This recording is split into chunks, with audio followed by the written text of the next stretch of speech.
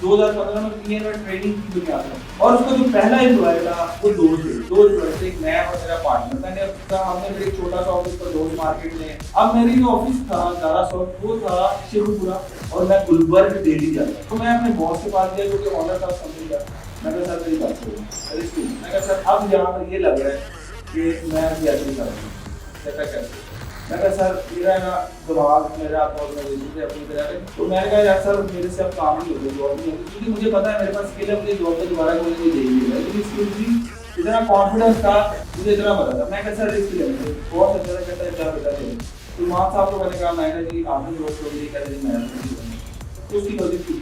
अगर हम दोनों कंपनी का बर्डन मान जाते एक पता मिल जाता। 2017 में पीएनआर ट्रेनिंग को ऑफिशियली 100% ज्वाइन किया हमने, फिर कारोबार का ये थी हमारी टाइम की।